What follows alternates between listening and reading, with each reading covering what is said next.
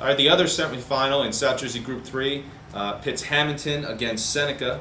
And Mike, we talked last week about Hammonton and how in their first round game they had sort of not a border war, that might be too strong, but neighboring schools facing each other. Again this week, Hammonton must host Seneca, another school that's just down the road on 206. Seneca right up north on 206. A lot of these kids know each other. In fact, the principal of Hammonton, Jim Donahue, his son was the quarterback for Seneca a couple years ago when Seneca and Hammonton met in the playoffs before. This is the third time they met since 2006. Seneca won in 2006. Hammonton won in 2007. You have a little bit of a rubber match right here. Right, and what we're hoping for, obviously, is Hammonton to advance and Lacey to advance to get an all-local Group 3 final.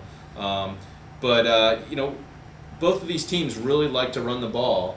I know Hammonton at times has shown that they can also throw too, but it'll be interesting to see who has the advantage on offense in this game. Right. I mean, Hammonton is a team that last week they threw one pass. Now, the weather was bad. They were playing a Winslow Township team. They dominated on the ground with quarterback Nick Crescenzo, fullback Josh Baez, halfback Dave Crescenzo, halfback Jared Sanchez. Hammonton can run the football as well as any team in southern New Jersey. Seneca likes to run. They've got Steve Greco at running back, close to 1,000 yards.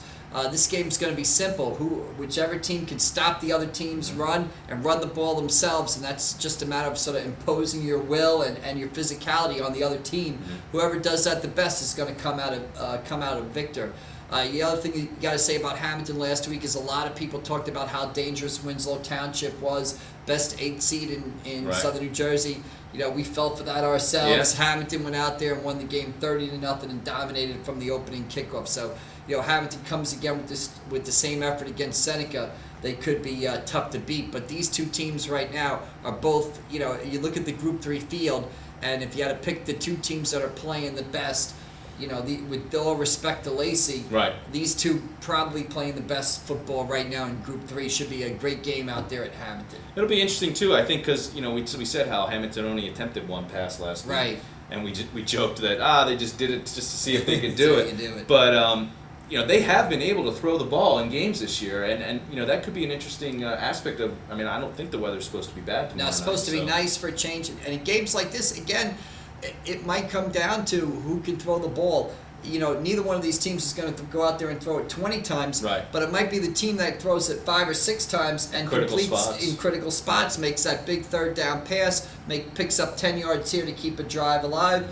That's going to be the difference in the game. And as always, when you go to Hammonton, skip lunch, mozzarella sticks, and sausage and peppers subs, the best out there. Oh man, the snack bar. They might as well just put an advertising thing on your back. Who's writing about the snack bar out there.